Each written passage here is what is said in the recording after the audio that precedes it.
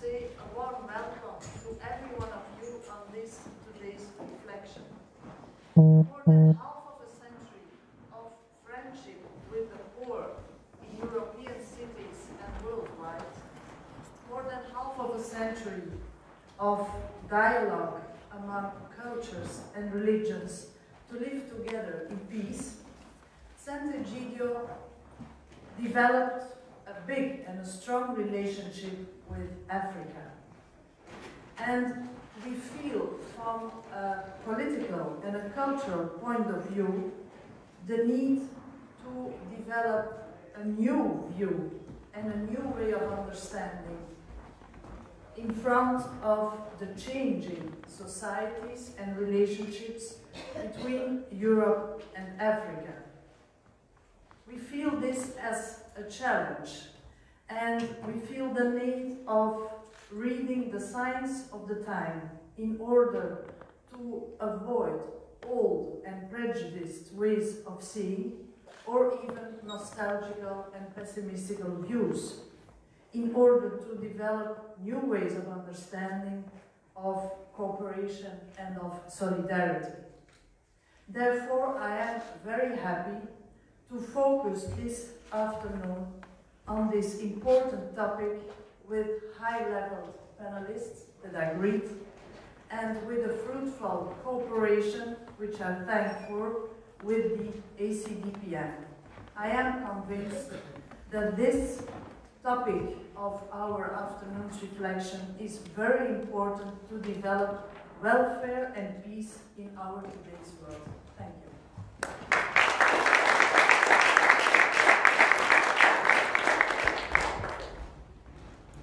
Ladies and gentlemen, I hope my voice will carry far enough because I have to walk around a little bit to introduce the seminar of today.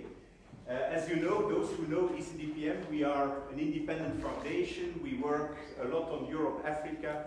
We are open to any type of collaboration with everyone who is interested in this Europe-Africa partnership. And this is also the reason why we fully engaged in this request that was directed to us by Sant'Egidio that is doing excellent work in different parts of Africa. For us it was a new type of partnership, but very interesting to co-organize this event. Normally I'm sitting in these panels or I'm moderating these panels. I'm very happy that I don't have to do this. I'm very happy that Jan de Volder is going to be your facilitator of this meeting, and very happy as well that we have such a wonderful panel. We could have done a little bit better in our female presence, but we did try, and we had some bad luck at the very last moment, and that is definitely something that we had to tell you. Some of the people here in the panel are last-minute changes that occurred because of the non-availability of female panelists. But just to tell you that we really were aware of this issue, and that we definitely also in the future want to make sure that we have this balanced representation between men and women. Let me just introduce the topics. Maybe the first slide.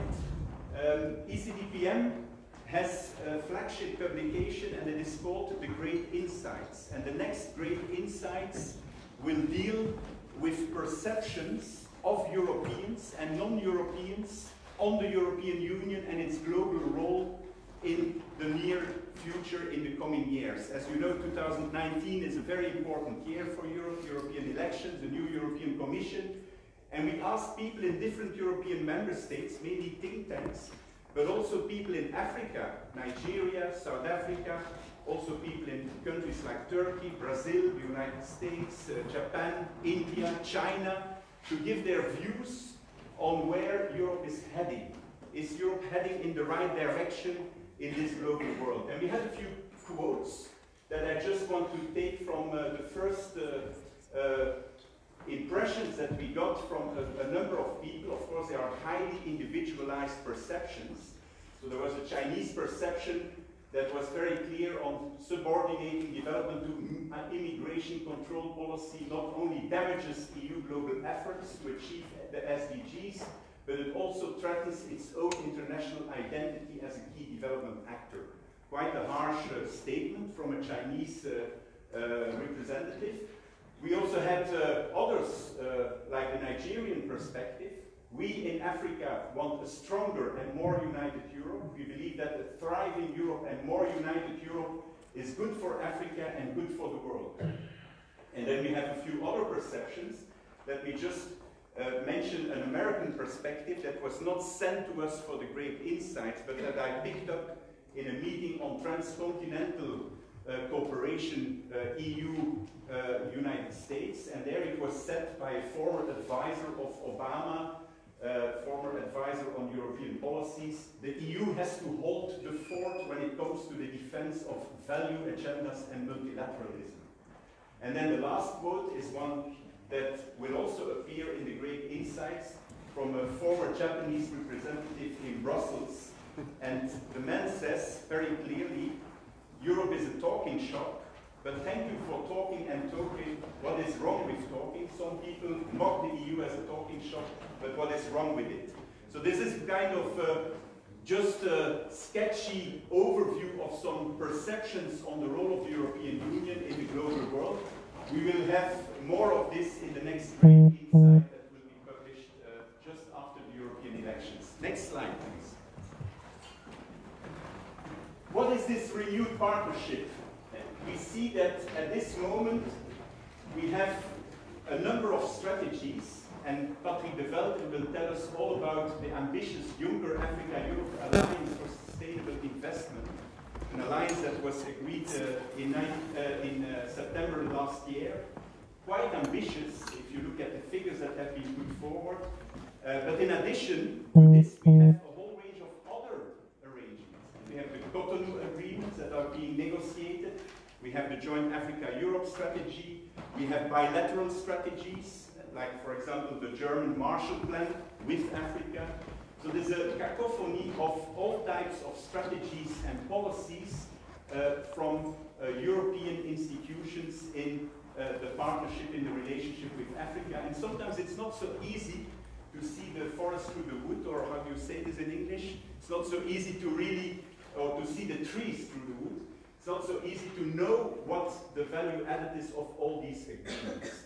Particularly post-Cotonou is giving a lot of people a headache at this moment. It's a kind of post-colonial arrangement, and the question is whether this is the future of our partnership for the future. Should we go for other types of relationships? This is to be discussed. And then there is the new European budget, the multi-annual financial framework, 2021-2027, that clearly puts Africa more central than it used to be even in the past. External action of the European Union should be strengthened. There will be more means available in the next budget of the European Union.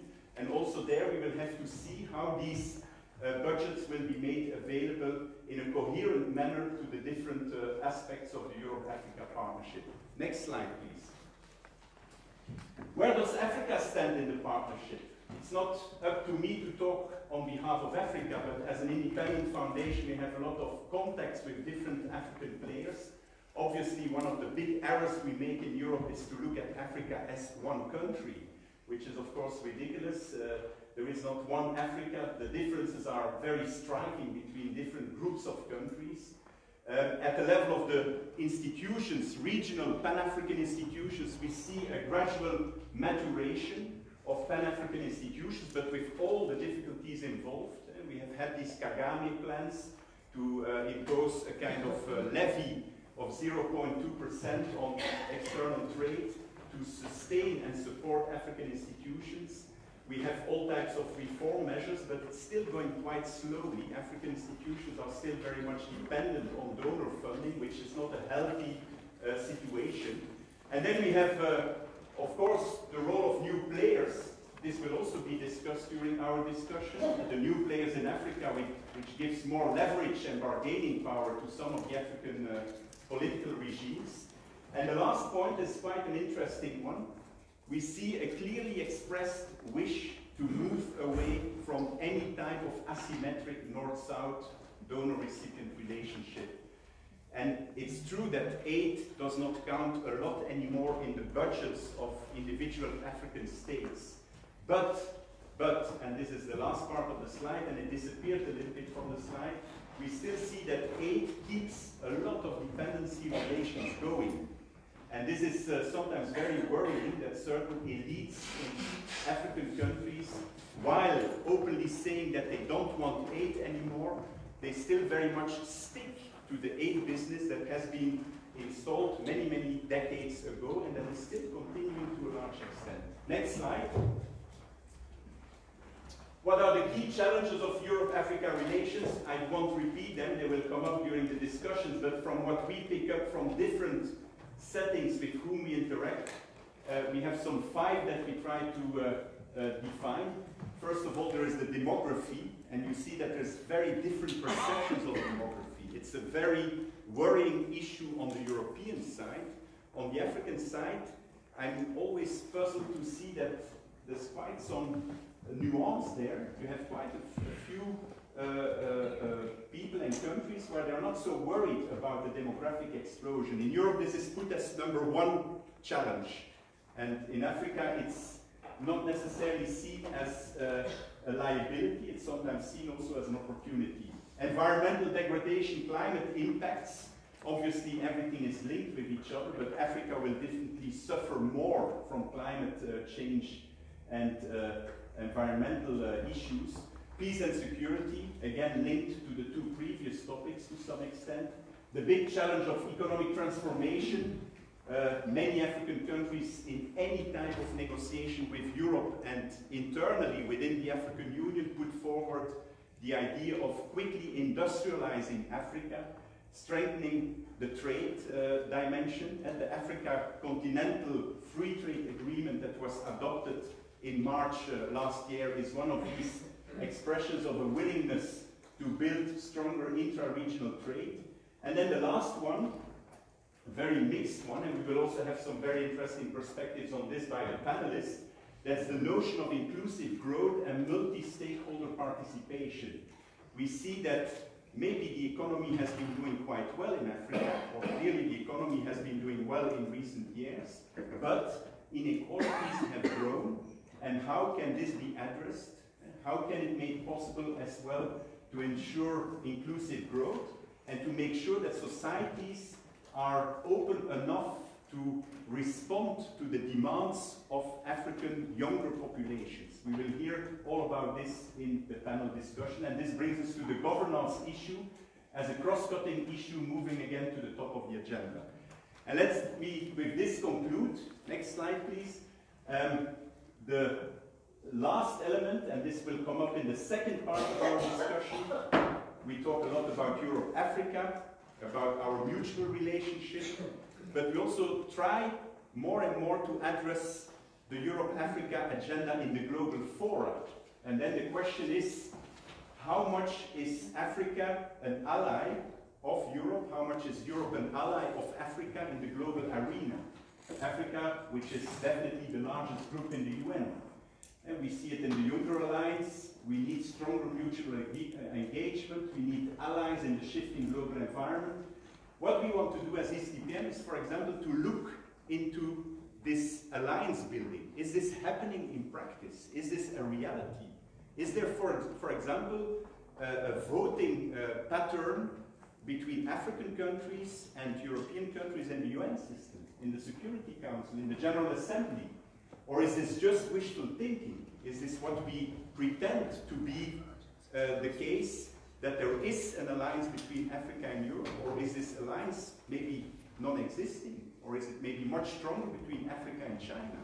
These type of elements, that's what we would like to look at. And this is the second part of our discussion. So let me conclude with the questions that we will project for this first part. And I stop here. I hand over to Jan de Volder as moderator. Thanks a lot.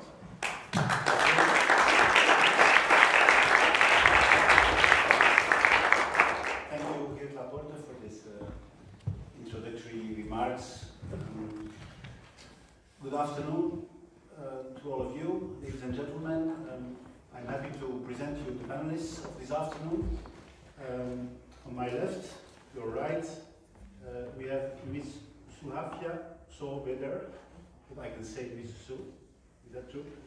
She is the Minister Plenipotentiary of the South African Republic to the Kingdom of Belgium, the Grand Duchy of Luxembourg, and of the Mission to the European Union. She has worked for nearly 3 decades in South Africa's Foreign Service, with postings in Pakistan, Belgium, and the United Nations in New York. And we are happy to have her. So we have to apologize the ambassador of Chad, who had a last-minute engagement since the Minister of Foreign Affairs was around in Brussels. To my right, we have Mr. Patrick Develtere, who works for the European Commission as an advisor of the European Political Strategy Center. He's a professor of social sciences of the University of Leuven, so we are also colleagues. He's expert in the field of international cooperation. And between 2010 and 2017, he was president of the Christian Workers Association in Flanders, Belgium. To my left, we have Mr. Mario Giro of the University of Perugia. He's a former Vice Minister of Foreign Affairs of the Republic of Italy. And he worked for decades with the community of Sant'Egidio as a mediator for peace in different armed conflicts in Africa, Côte d'Ivoire, Algeria, Burundi, Cameroon, and other places, and also in the Balkans. In 2010, he was awarded with the Prize for Conflict Prevention of the Chirac Foundation. And recently, he founded a new political movement in Italy, which is called Demos. Then we have Professor Jonathan Holslag, who is Professor of International Relations at the Free University of Brussels, VUB, with a particular interest in China's rise, Europe's relations with Asia, security and international political economy. In Belgium and beyond, he is a leading expert on geopolitical relationships, and therefore I welcome his voice also into this panel. And then we have Michael, Mr. Michael Kwizera. He's Director of Strategy at BarefootLaw Uganda, and he comes indeed from Uganda, from Kampala. And his organization, BarefootLaw, tries to improve the rule of law in Uganda, not just in the city centers, but also on the countryside. And this organization, a new young organization, was rewarded with the prize of the King Baudouin Foundation in 2017. So that's why he's not new to Brussels. He has been here before. So welcome to all of you. We want to have a kind of interactive discussion, so I'll give you the floor for some minutes to each one of you. First 3 speakers, then the 2 others will come in with their reactions. And then we also we will give the floor to you so that you can also interact and have your questions or your insights. This for 45 minutes, and then we will have a second round more on the globalization part of this conference, the role of our 2 continents in the globalization. So we will try to make that difference. First, we will discuss current state of the Europe-Africa relations with some questions. You've seen them. How would you describe the current state of affairs compared with the past? Are we on track with this partnership of equals that was proposed by the Commission, the Juncker Commission, EU Commission? How can this partnership be a win-win for both parties? What are flaws and longer-term challenges? Are we moving away from the donor-recipient asymmetric relationship of the past? And I think Geert has already given some ideas about this. Which aspirations have the new African generations, and also about African demography? This demographic growth is increasingly seen as a threat in European eyes, but is it really a threat? So, Madam, I will first give the floor to you for 4 or 5 minutes, and then please. Thank you very much, and thank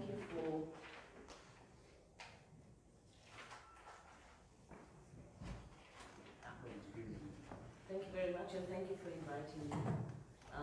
It's a pleasure to be here, and I think it comes at a very good time as we chart the way forward for the 2 continents of Africa and Europe.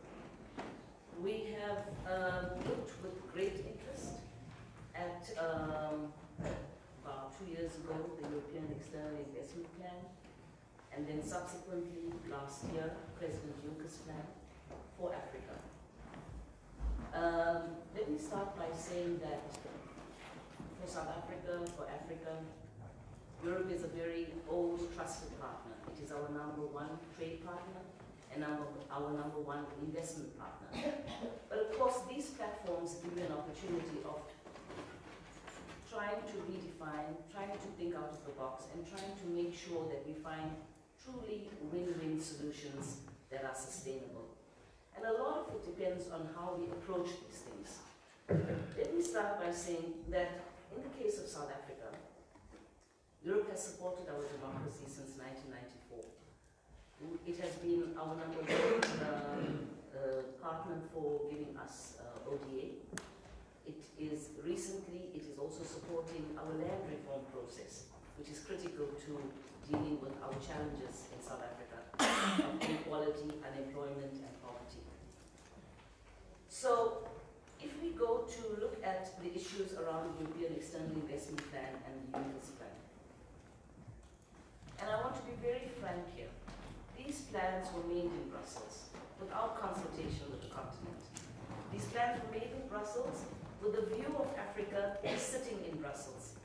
And even though you don't throw the baby out with the bathwater, it is important to understand that they do not necessarily take on board national circumstances or the realities on the ground.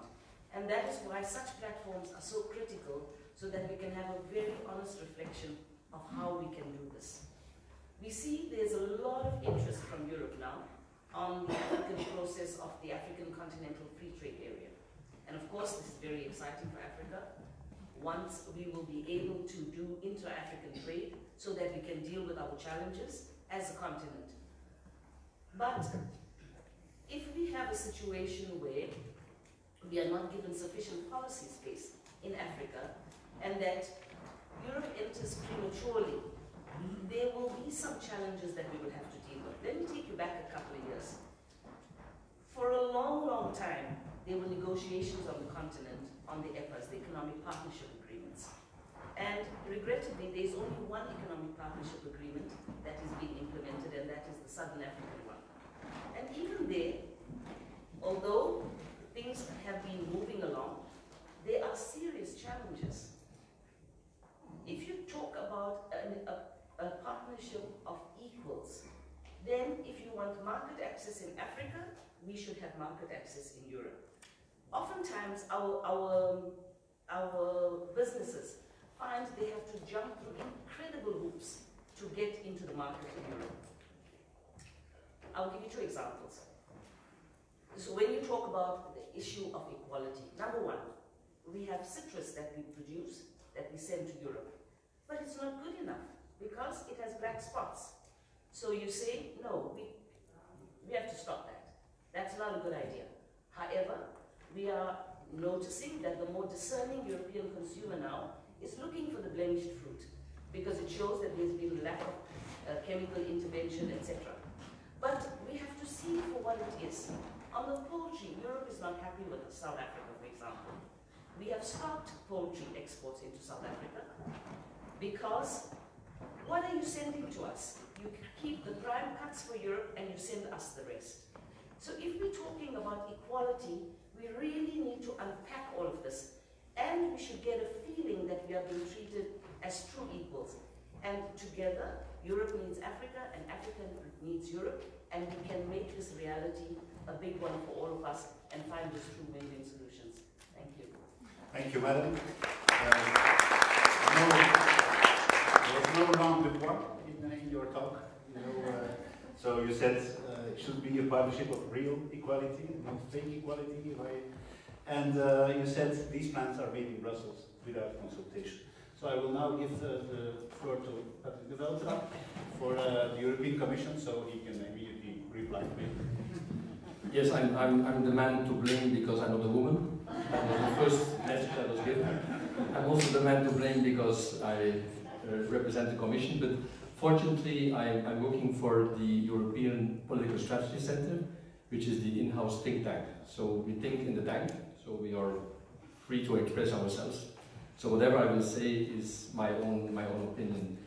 I think we have to realize that indeed it were Brussels plans that were launched on the 12th of September by President Juncker, but he at the same time launched a real paradigm shift.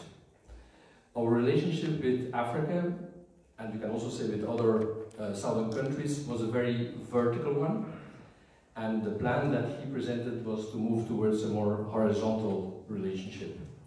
And more notably with Africa, because we are a community of faith. If things go wrong in Africa, it will not affect China, it will not affect the United States, it will not affect Japan. If things go wrong in Africa, it will affect Europe, and vice versa. If things go wrong in Europe, it will affect Africa, and it will not affect China, and it will not affect Japan or the United States. So we are a community of faith, and this is why he launched indeed with little consultation, I have to admit, but tell me how he could consult the whole of Africa, or how he could consult all the member states. I think we would be not with the next president of the EU, of the Commission, we will be with probably 3 presidents further. So, so he launched this because we have a kind of a strategic proximity.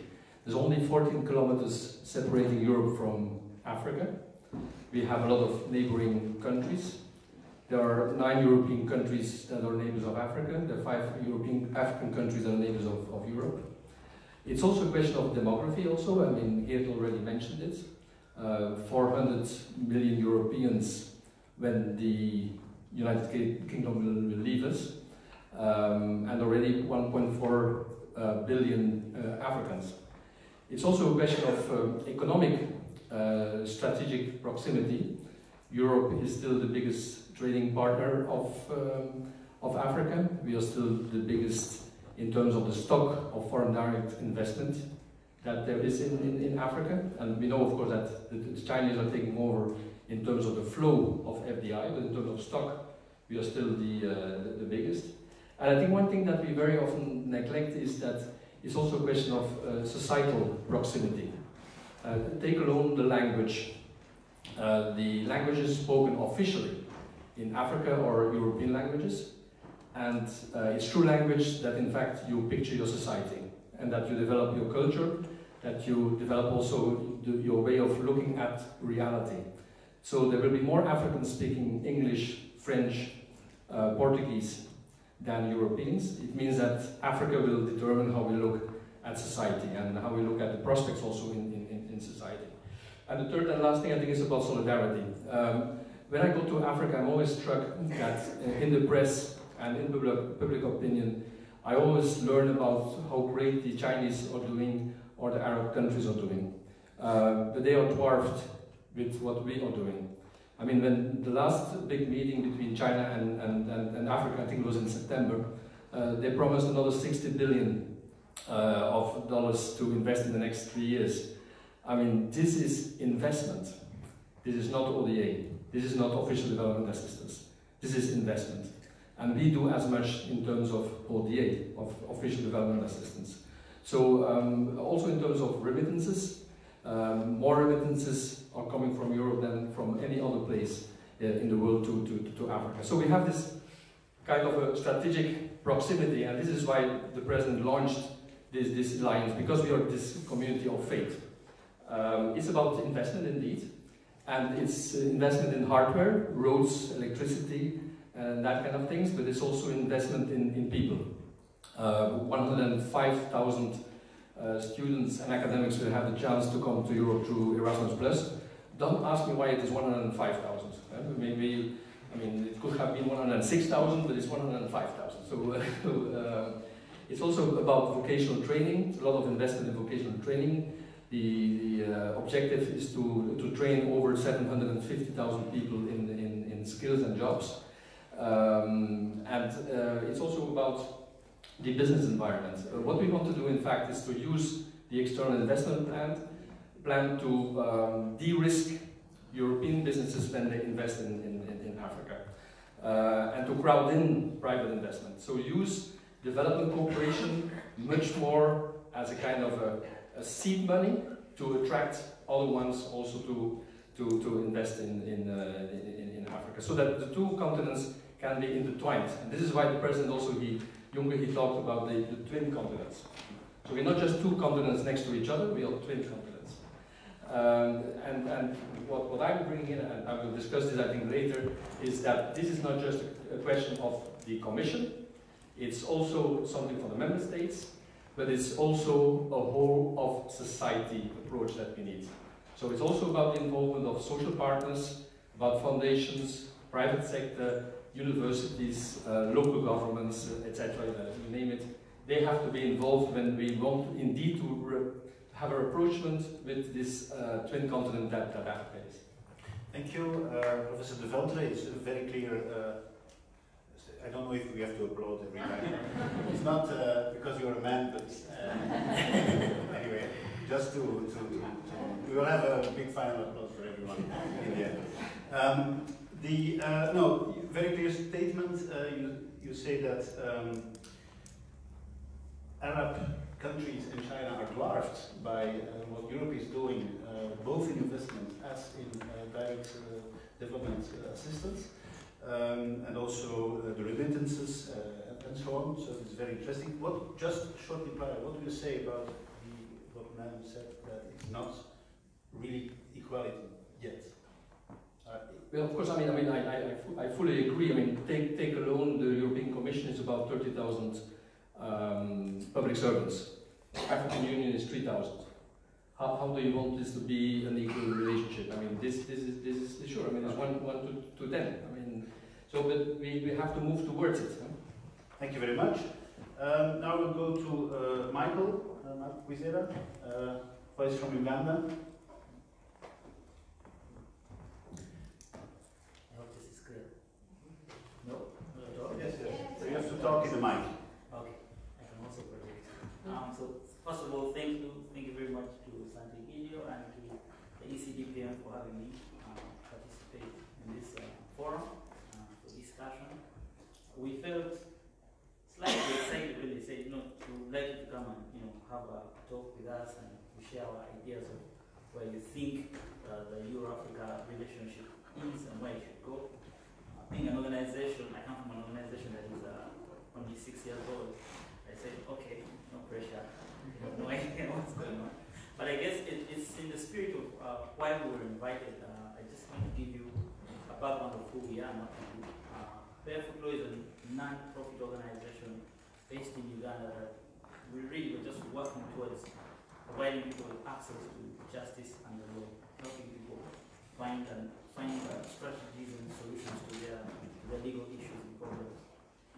In a country of 43 million people, a research done by here, which is the Hague Institute for Innovative Law, in 2015 said at least 90% of Ugandans had experienced a serious legal need in the past 4 years at the time of the legal research. It's 90% of people having actual legal issue. So we're working in such a space where access to justice and the law is really a big gap for the people. In the same spirit, 70% of the people in Uganda own a mobile phone, and that's important because the way we do our work is we utilize technology for simple and somehow not so simple, as well as very basic traditional means like going into the communities to train people on their rights, working with mediators in communities where they need specialized mediation help, putting all these together in a careful mix that brings access to justice close to the people. And what that means is over the last 6 years, we realized that this is a way in which we can take justice to the people. As our last count in 2018, over 560,000 people have had at least some sort of connection or access to our work. We want to get to 2 million people in 2021 and 50 million people across Africa. Why that is important is because our work is born out of a need to do something about whatever challenges we are facing. Now, access to justice is not a unique challenge for us in Uganda.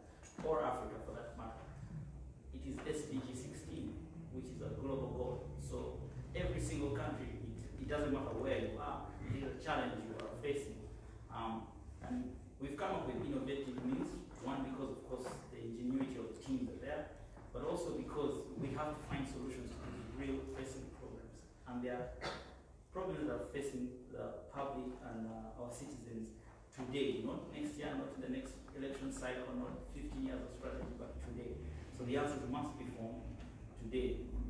So towards this conversation we're having about where do we look at, where do we sit as partners or equal partners for that matter.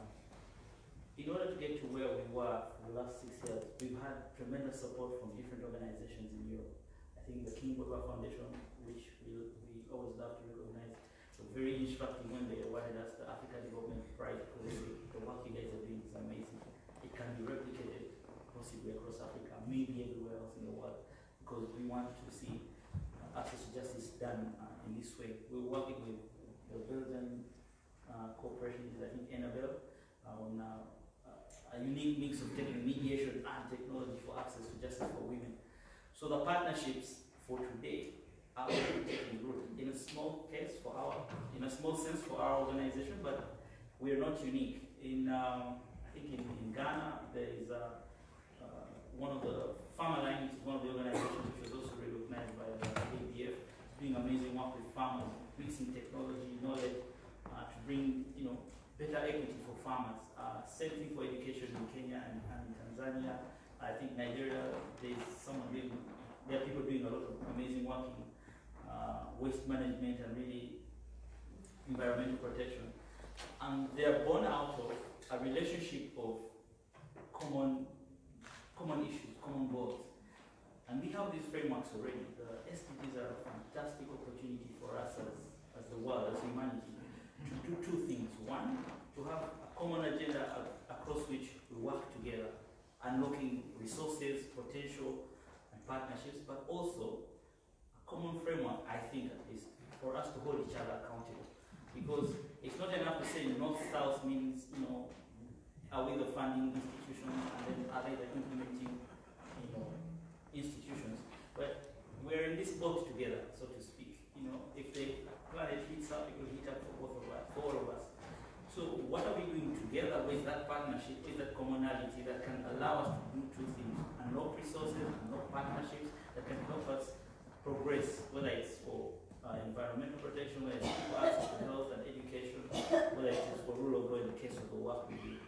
And so I guess instead of going question by question in this presentation, I probably laid it out in terms of what's already existing and where we can pick this up from to say, okay, let's do more, as opposed to this is not sufficient, but let's do more. And I think those partnerships for Europe and Africa is to be invested in common ideas, common goals, common implementation, and common accountability. So that if rule of law in the perspective we take it, maybe say in Africa is democracy and election cycles, whereas maybe recognition of minorities in, say, in Europe or in other parts of the world, they're not far ahead. Refugee management, they're not far ahead as they are in other areas of the world in Africa. So if we hold each other accountable at that level and say, we would like to have a common goal, a common understanding on how we treat people equally. Okay, thank you. Ethan, Michael, I have to stop. You are a bit far from me, so I can't say. But yes, thank you very much for your insights. I think you stressed very well how technology has brought a lot of revolution in Africa and also in the life of young people. And also, I think you stressed well this common approach we have now, not just between Africa and Europe, but also on a global scale. Common accountability, common goal. I think it's a very positive view on what's happening. I want now to ask first Mario and then Jonathan to come in to react on what you have heard until now.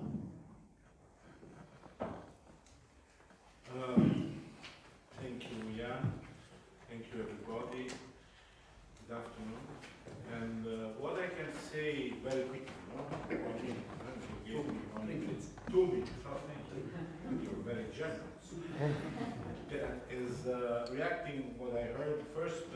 comments of Vice Director Laporte. I don't think so. I don't think that Europe, in itself, has a real vision of the direction in the globalization. I think mainly each member state pretend to have its own strategy, but we are in a long phases of disjunction among what Europe could do together and what the member states are doing in reality. This is true also with Africa, in the relation with Africa. I can say that there is a real cacophony on tools, that's true, that I agree. And the worst thing is that no tool has really been put in place apart from the external investment plan. That is concerning only the big industries. It's important, but it's not enough. I refer to what the Minister of Plenipotentiary was saying before.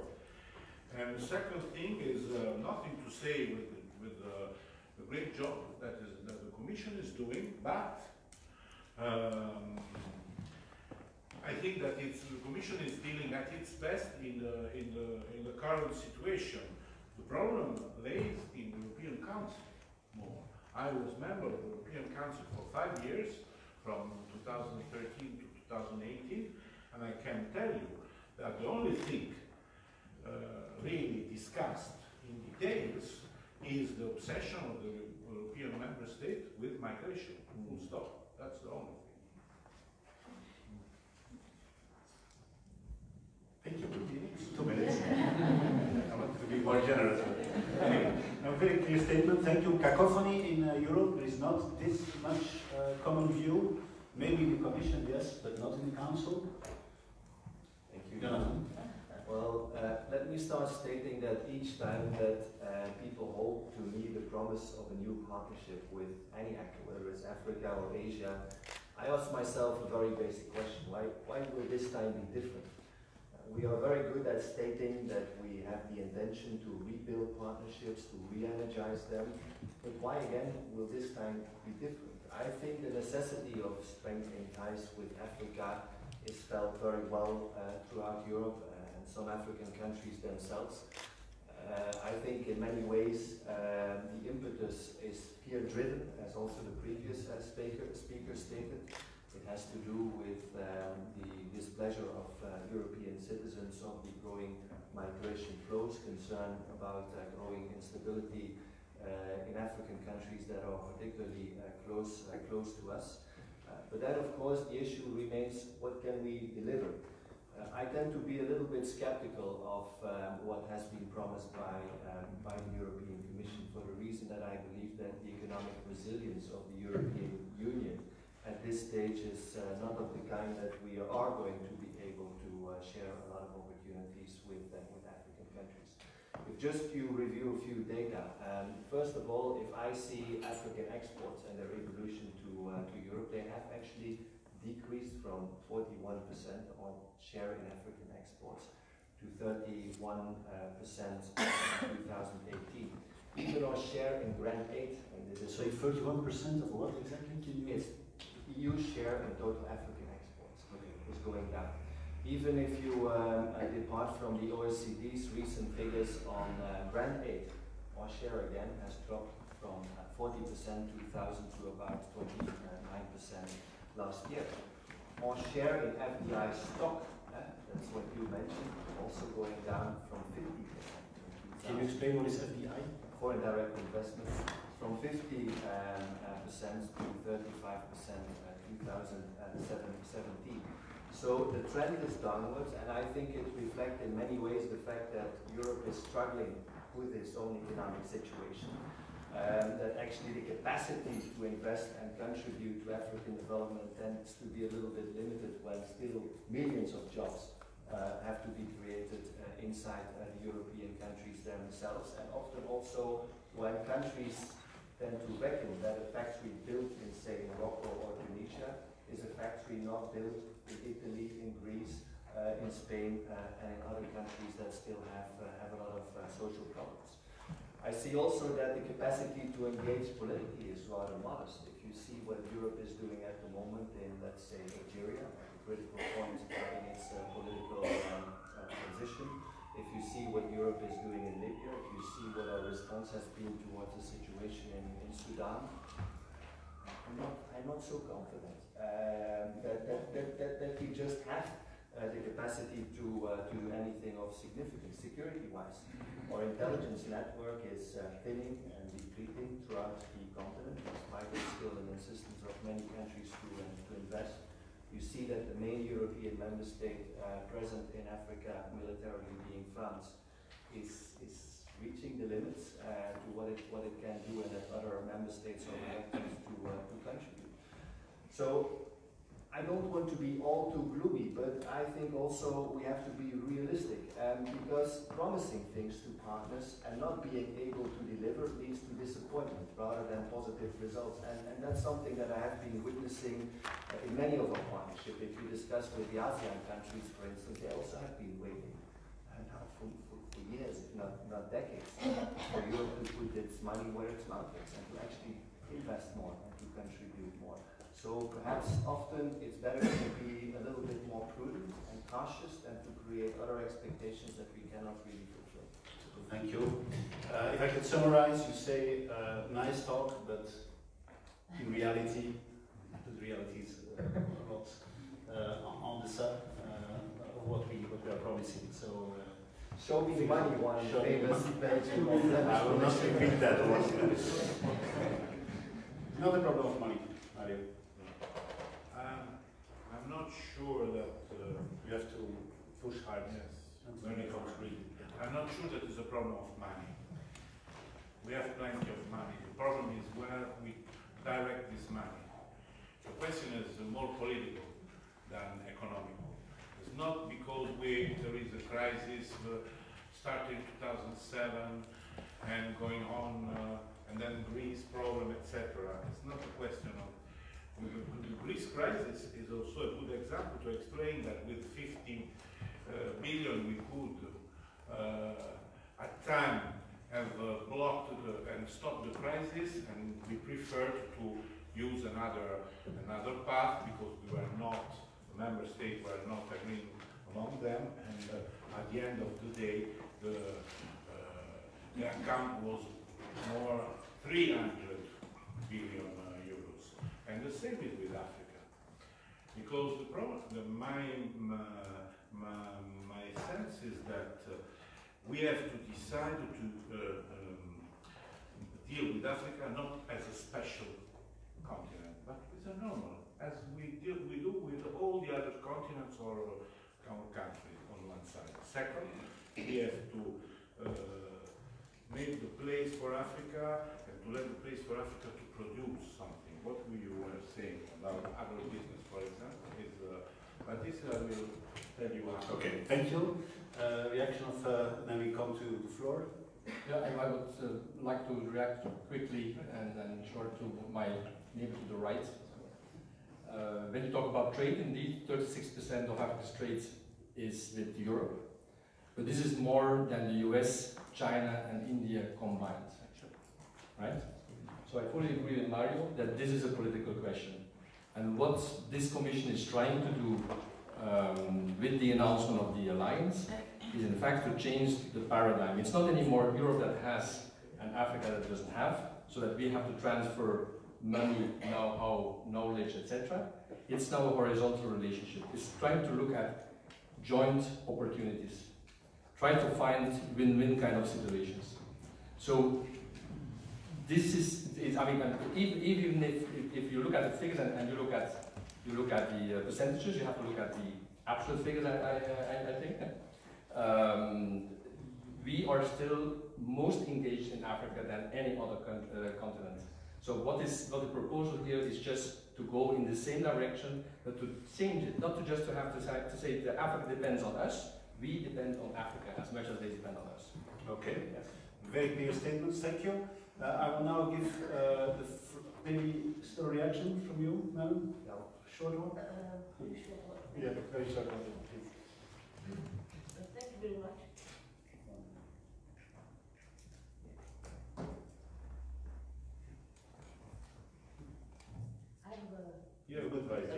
Yeah. Yeah, thank you very much. Maybe just to comment on needing each other.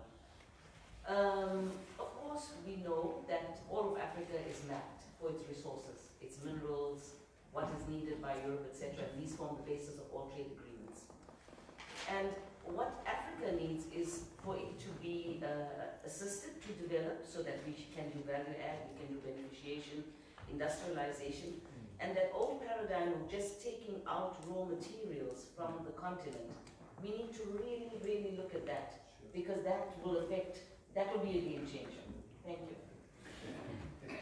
Just very quickly, yeah? Yes. First of all, the question for me is not so much who is engaging the most in Africa. The question was, as I understood it, can we do more?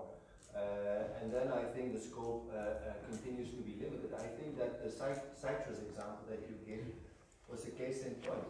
And I think one of the problems that really impede us from doing more is that we have a cluttered economy everywhere. We have it in the agriculture. If we had indeed more citrus to be imported into Europe, it comes at the expense of farmers and agribusiness in Southern Europe. Same with manufacturing. And for me, it's really striking that for all the low wages that you have in Africa, Africa's share in global manufacturing output has remained flat for 20 years, 1.7%, if I'm not mistaken. And here again, the situation is you have glutted industries in Europe, you have glutted industries in China, and Africa is sort of being turned, if I can put it not so diplomatically, into a dump ground.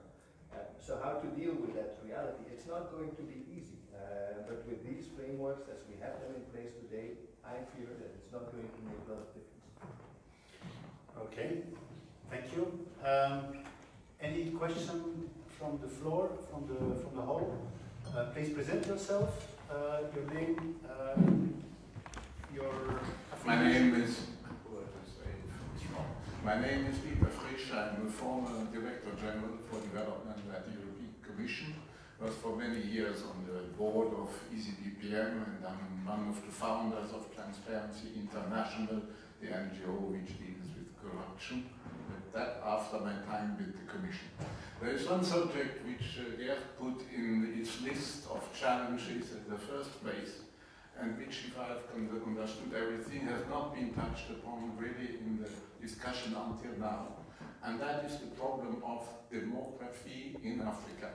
This is a subject highly sensitive, and because it's very sensitive, it's not really normally touched upon. One tries to go around it, and some call it opportunity. It's really not an opportunity, it's one of the big problems. Africa is the only continent in which the population grows at a speed which cannot be matched by the development, by food security, by the infrastructure for education, for health. There must be at least an awareness that this is one. It was not in my young years that I have discovered that. That is really something which came to my mind in the last 2 decades, because I'm since decades on these matters. So it's a real problem. And I also know that from outside, as a cooperation partner, we cannot do much about it. We can draw the attention of our African friends on the fact that it's not an opportunity to have a surplus of young people, millions, which come to the labor market, for whom there is no opportunity. And there is a direct link with migration. Why do people migrate? They migrate because if they have not a decent job at home, if they have no decent living conditions, of course they migrate. They try to migrate. And our efforts of the European side to make migration compacts, I don't know how they call it in European circles, is a bit naive. This why we cannot buy from the African partners the fact that they keep back their potential emigrants. They're even happy if some of them leave, because there are social time bombs in their society, and they're happy that they leave and send back money. So there is a real relationship between demography, migration, and of course what we can do is try to convince Africans who have an influence on these matters to take up these things. It must come from inside. must come from the elite, the political elite in Africa, because if we say that, I've really experienced if we say that, you see, that's our problem. Yes, it's your problem, but please take care of it. And there is a role, and this Sant'Egidio is close to the Catholic circles. I'm myself Catholic, and I very often discuss with my Dominican community here in Avenue de la Renaissance about these matters. They are very open to these ideas, and the churches, all the churches, the Christian and the Muslim churches, they have a real influence there, but I don't see enough initiative. Thank you, Mr. Frisch. It's a very clear statement. Thank you for. No, I want the reaction of the panel because this is part of our immediate topic. Yes, if you can, please. On this demographic challenge, it is a real problem. Mr. Frisch says for Africa, but also for Europe. What is your reaction on this? Oh, later, sorry. First on the panel, yeah. Michael?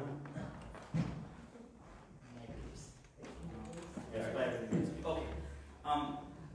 I agree that, and this is my view, I agree that it is a challenge that these populations are growing.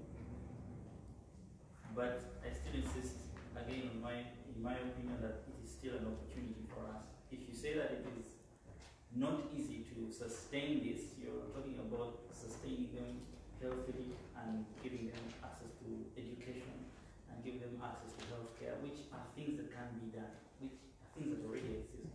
We can farm better, we can grow food for the entire planet, I suspect, if we are doing these things well together. But some of these opportunity opening up cannot grow out of Africa alone. We need to share knowledge, education, and systems, unlocking financing that makes many of these things rapidly happen, unlocking IP that is locked out, that prevents easy access to healthcare from medication, etc. Okay. And then the discussion of whether that population can't be sustained can come. But I don't yet think that we're at that point where it's a sitting time bomb. It's just that we can manage the resources better to not just facilitate Africa, but to then world. Yeah. Thank you, Michael. Very clear. It's not a real problem, it's an opportunity.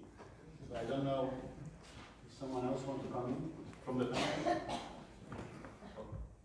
Just very quickly, I do completely agree with you that it is becoming increasingly a challenge, but it's also a vicious circle. One has to ask why do we have such a high birth rate, and then there are many social and economic explanations for that, not only cultural ones, and then can we break that kind of vicious circle? I think one of the elements of an answer must be sought in what some of the economists refer to as the ending of what is called the canonical trajectory. So when we in Western countries, but also generally Eastern European countries, urbanized, we had a very large share of our populations being employed in manufacturing, in labor-intensive industry. What you see in Africa is that it's no longer the case. You reach the 50% urbanization threshold, so 50% of the population living in cities, with only 5 or 8% being employed in industry and the rest in informal sector. That was also the main conclusion of the latest ILO's State of Work report. That is just that there is a population growth rate and formal sector employment in complete disconnect. So I worry a lot. And I also worried very briefly about the second part of your statement, that is a sort of inclination and tendency to think among European elites that we can buy a period of stability by giving some money to countries in Northern Africa to keep immigrants and refugees there. I have visited some of these places, and if you see what is happening in and around their cities, it's only a matter of time before it starts to affect their own stability and their own security. Okay, thank you. Thank you very much. A very quick reaction. Yes, this is factual that there is demographic growth in Africa. And the fact that there is increased poverty in Africa. If you look at the average European farmer and you look at the average African farmer, and if you look at the issue of subsidies in Europe for the support for the farmers and the lack of it in Africa, there is no level playing field. So, regrettably, we are dealing with all of these challenges as well. That it would cost cheaper for a tomato to be grown in Europe and on the shelf in South Africa than a farmer in South Africa growing that tomato. So if we're talking about how are we going to deal with these things, and I think these platforms are critical that we have this very honest, frank conversation, and there should be no elephants in the room, that we can talk about everything. Thank you.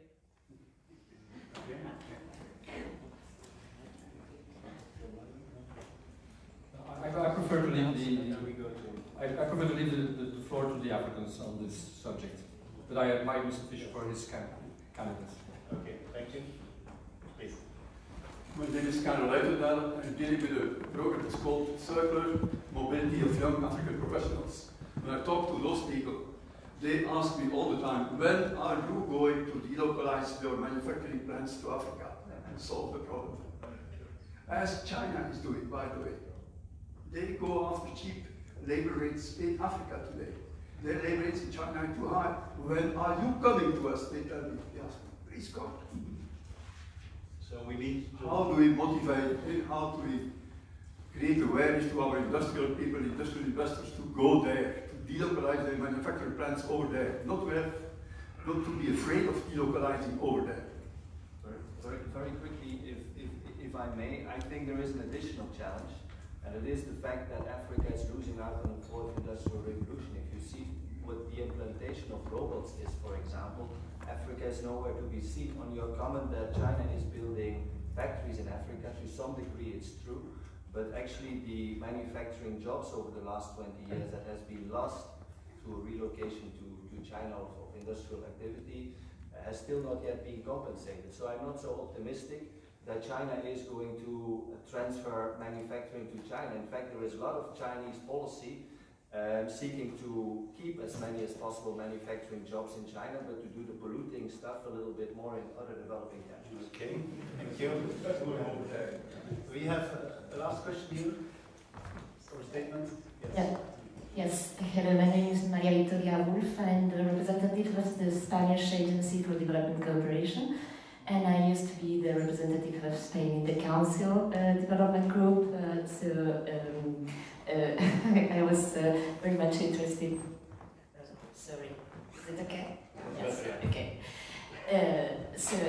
Thank you so much for all the interventions, and especially I wanted to underline the Agenda 2030 and SDGs that Mr. Kwizera was underlying, because otherwise no one has mentioned that, and I think it's really our common agenda, and it's to be there as a path to follow.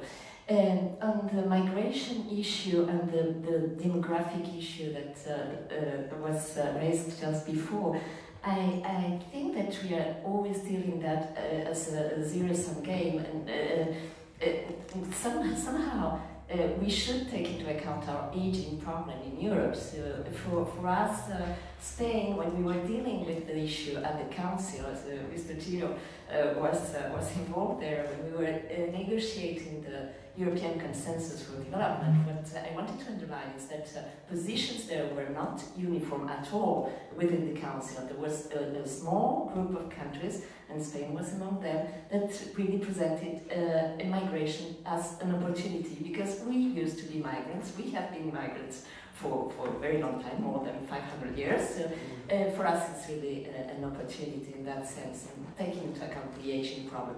My question here, very concrete one for the panelists on migration, is about the perception on or the assessment on the EU Trust Fund for Migration, the emergency one. I know that it was not intended for South Africa nor to Uganda, but you have certainly heard about that in the sense of listening to African demands, because maybe the EAP was not so broadly shared in its inception phase with Africans, and I completely agree with that. But for the EU Trust Fund, it was a result of the Valletta Summit, and Valletta Summit, we were all together there.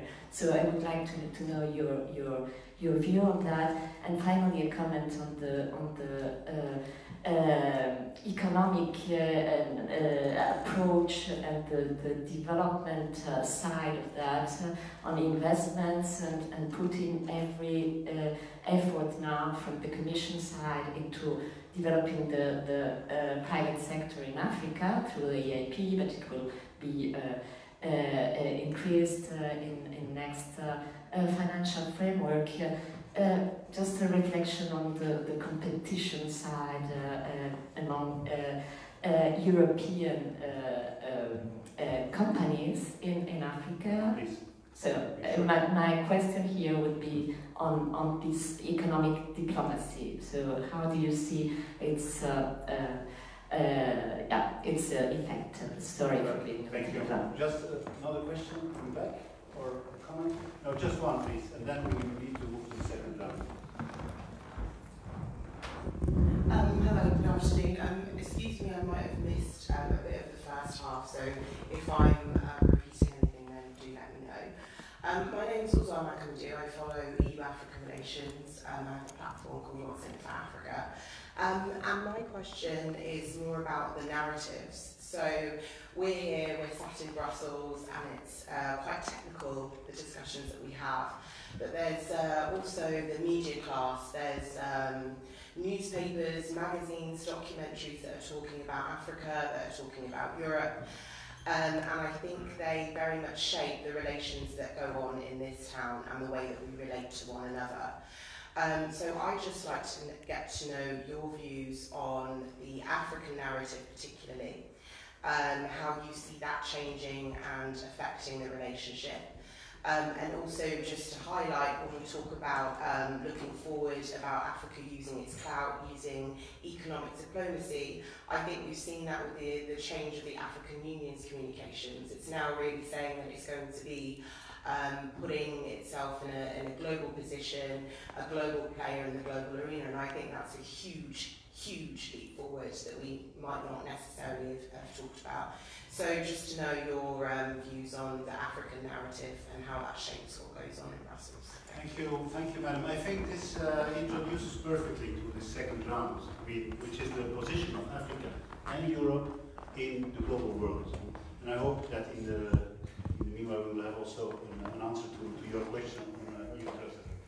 Yes, so we will now go to the second round, which is about globalization and how these two continents position themselves in this globalization, and if there is a real need of this African European entente to create a win-win situation. That's the idea. Maybe we start with Professor Holslag for each bit longer statement of 5-6 minutes.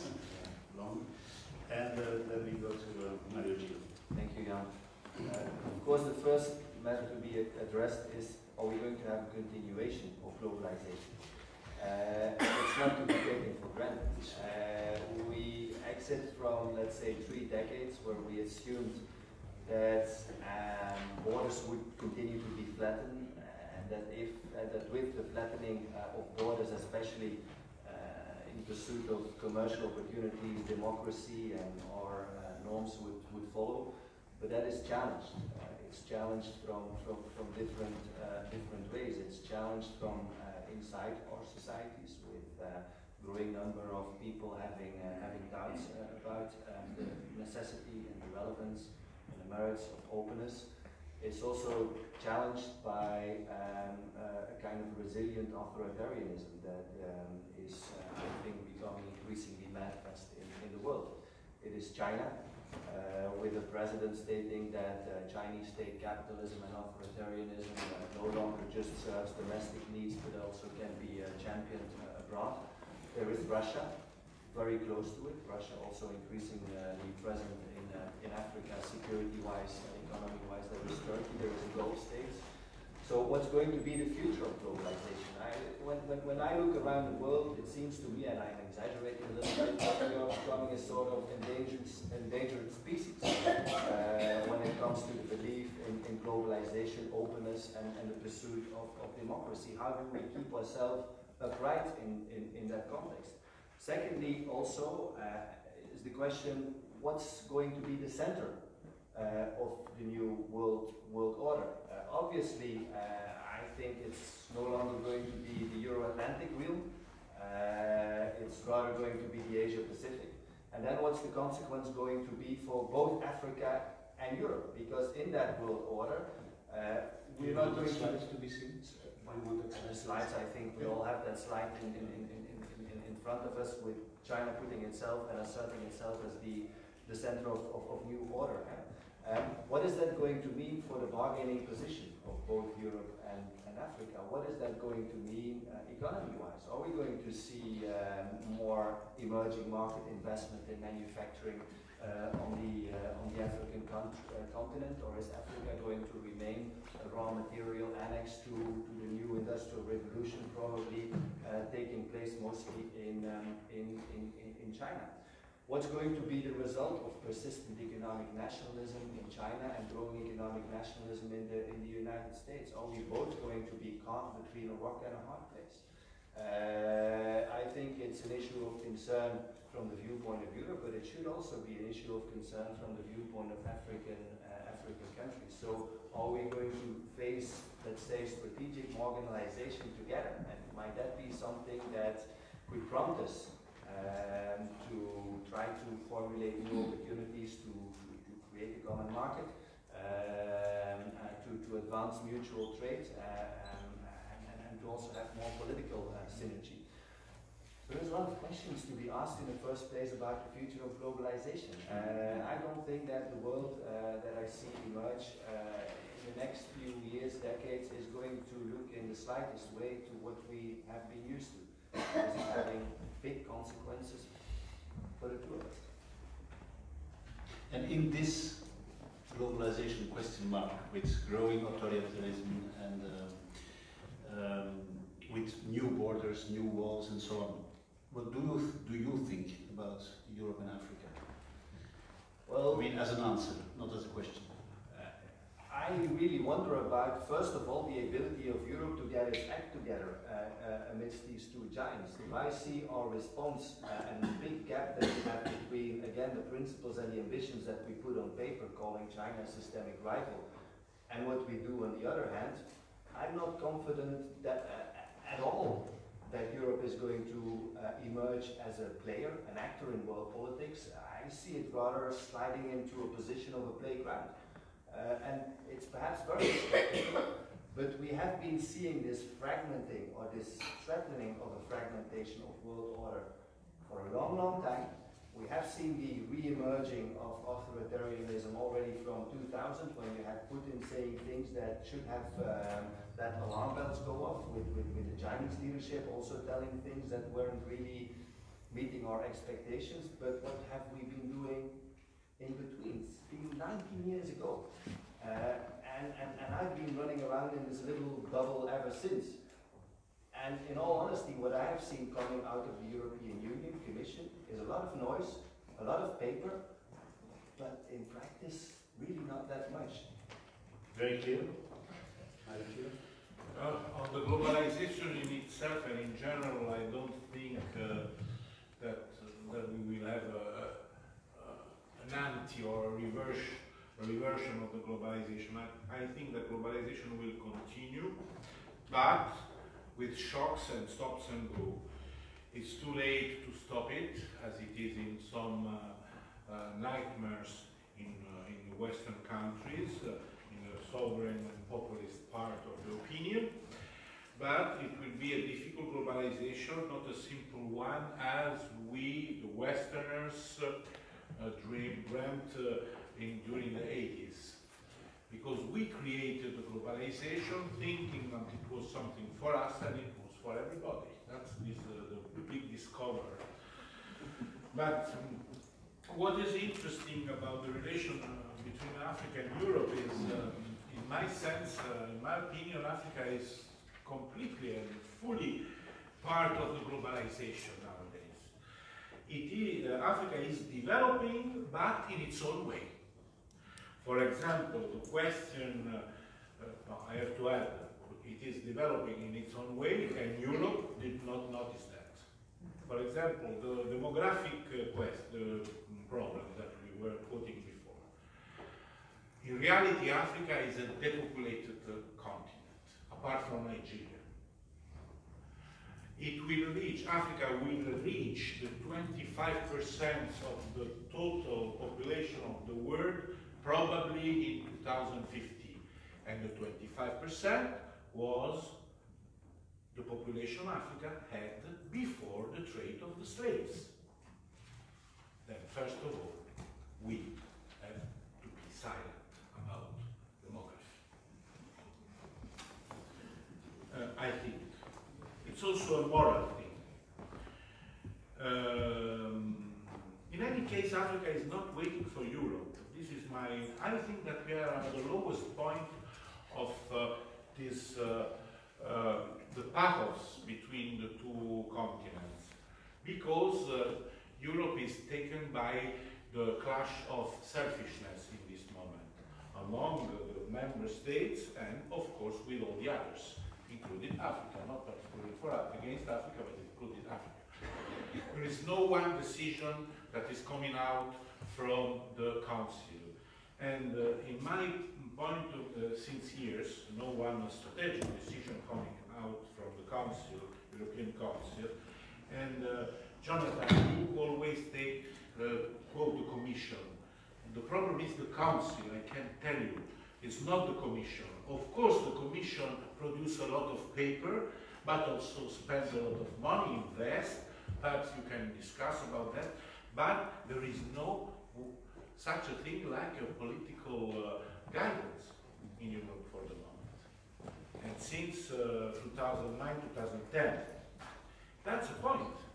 And then it's difficult for Africa and Africans and African countries, because Africa is not one country, to deal with Europe, because you don't know really if you have to deal with the Commission, with the Council, with Germany, that is the most important, or France, or whatever. It's very difficult to deal with Europe in this moment. And then Africa is not waiting for Europe, and it is doing what African countries are doing what they can to participate in the globalization, taking the opportunity. Of course, there is a problem of democracy. In our opinion, the opinion of the Europeans in particular, democracy and development are very much connected.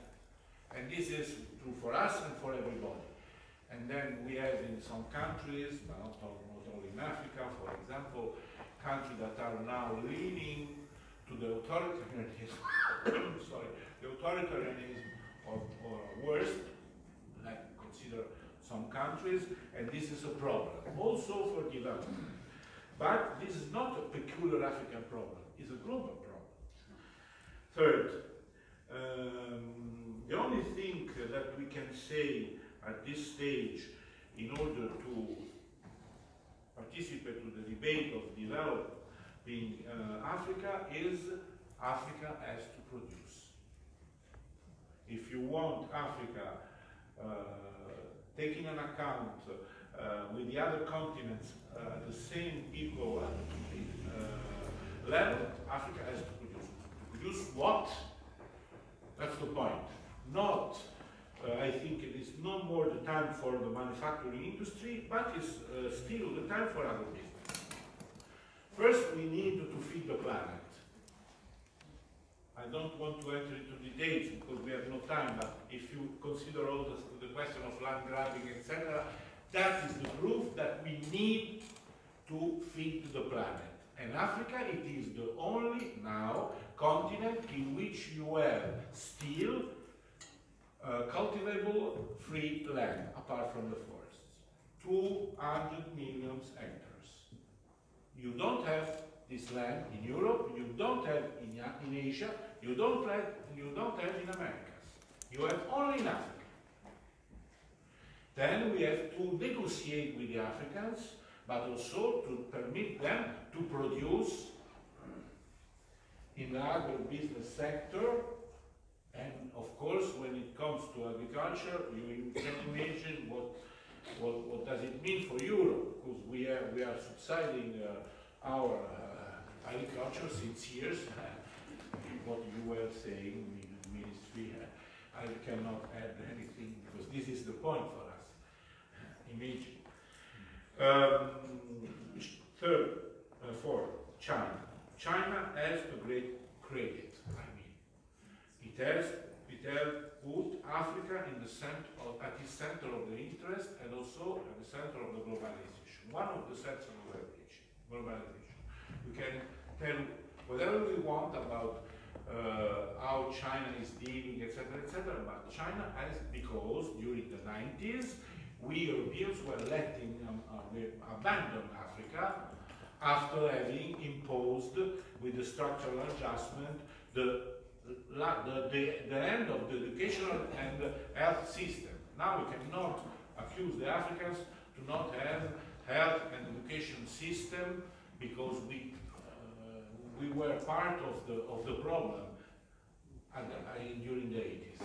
And China, of course, we think as Europeans that the welfare state, that means education and health system free for all, it's the first point of the democracy for the middle class and the poor. But this is the problem we have in Europe now, because we are eroding, we are destroying piece by piece the welfare. This is the discussion, the political discussion that is on the table of the European Parliament and all the national parliament. That's the same for Africa. Because one fact that is very painful is the destruction of the educational system, public educational system in Africa. I remember to myself and to you, that the educator, the teacher, mwalimu, all the life was called mwalimu, teacher, that was very noble, and now this category of people are completely destroyed. And last thing, Jan, now you let me, because first I spoke 2 minutes, that was too much correct now. The last thing I want to say, particularly this is true for young people, African young people. We are in front of an anthropological change. African young go away from their countries, left their countries, not only because there is an economical crisis, because you have to have some money and some amount of money to arrive in Europe or whatever.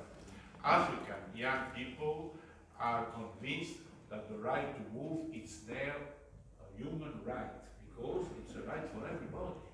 And this is very important also, because the dreams of the fathers in Africa were common dreams, Pan-Africanism, African socialism, etc., etc. The dreams of the sons are individual dreams. And this has changed all the framework. Thank you very much. I know that each of our panelists is able to fill the whole afternoon with very interesting topics.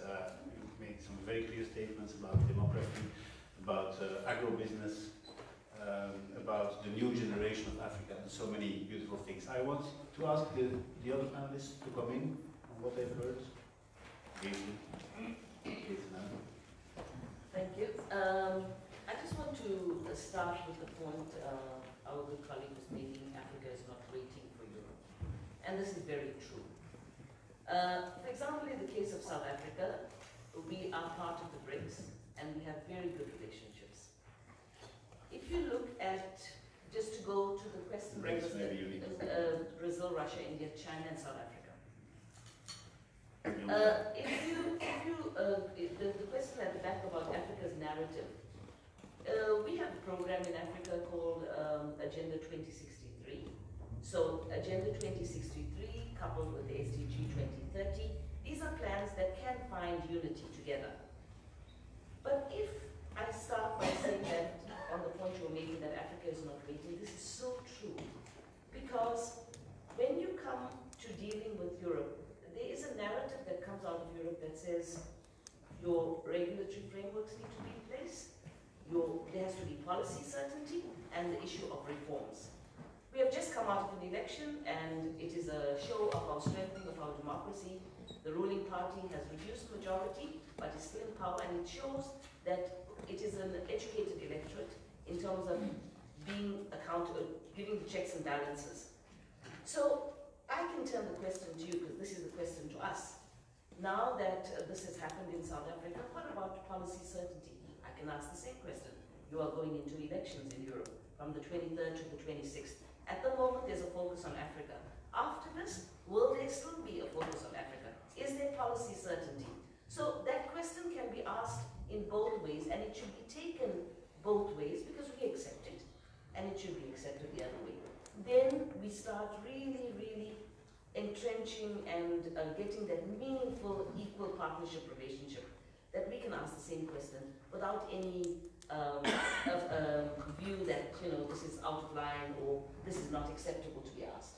So I think if you look at what, for example, China's doing, what Russia is doing, what Turkey is doing, there are many partnerships with Africa.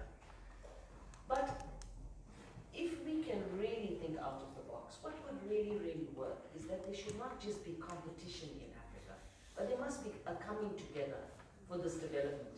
And of course, this is maybe, I have a dream, but it can become a reality. That there should be no duplication, there should be no aggressive competition in the way it is, but there should be a coming together of all the partnerships where we can work towards industrializing Africa, where we can work towards strengthening the economies, because whatever benefit comes to Africa will also come to the rest of the world. So it is not a one-way street. Thank you. Thank you very much. Well, I would like to react to a couple of things that have been said. I'm afraid that we are moving from one phase to the other.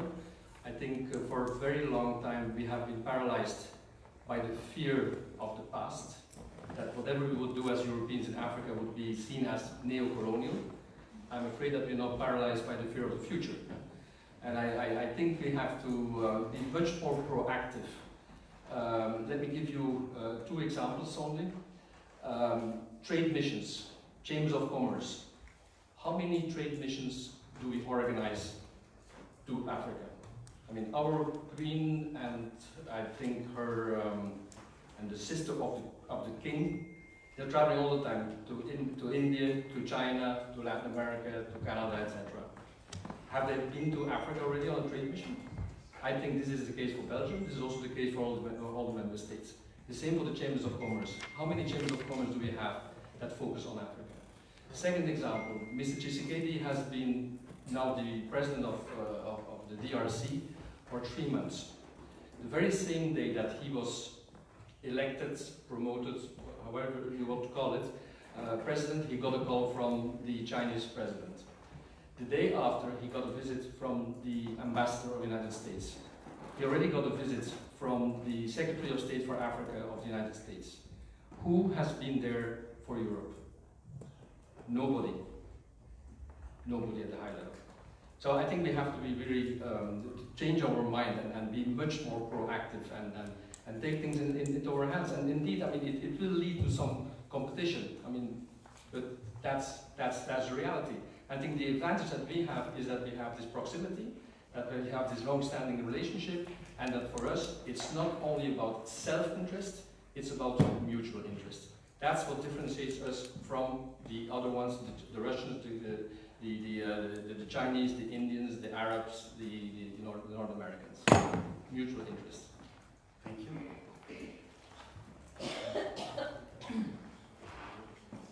Thank you. I'd like to start with Mario's submission, which was fantastic in saying that Africa is not waiting.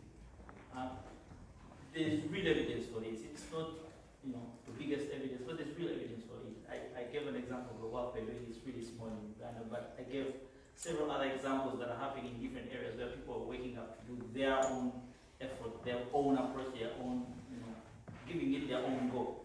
And we need those partnerships. I'd like to pick up an example I gave to Mr. Laporte earlier on, where we were speaking about, I think, the Tony Foundation in Africa, where they're supporting micro and small businesses with seed funding to start their businesses and get going. And I think they seed them with about $5,000 and then try and support those small businesses to grow. That's not your norm, where when you're talking about support for industry, you're talking about billion-dollar industries and coming into Africa, either extractive and manufacturing. But that's how relationships are built. So if you're fostering an environment where it's the people whose needs are being focused on, if you're supporting small business, because that's where you are now. Not everything is in place.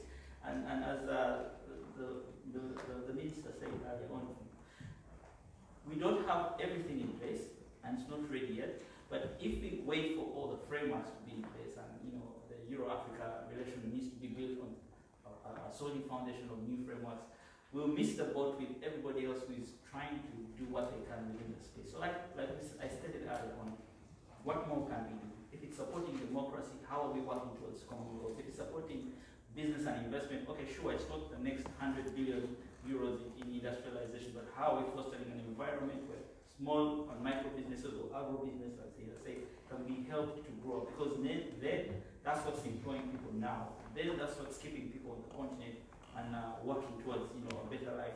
And obviously it's long term. If we're looking at frameworks or policies that can work in the next 3 to 5 years, again, we will be setting ourselves up to fail. But if we appreciate that the new normal will be finding new solutions and working slowly towards those, I believe that the potential is already there and the examples for what can be picked up already there as Euro-Africa relations.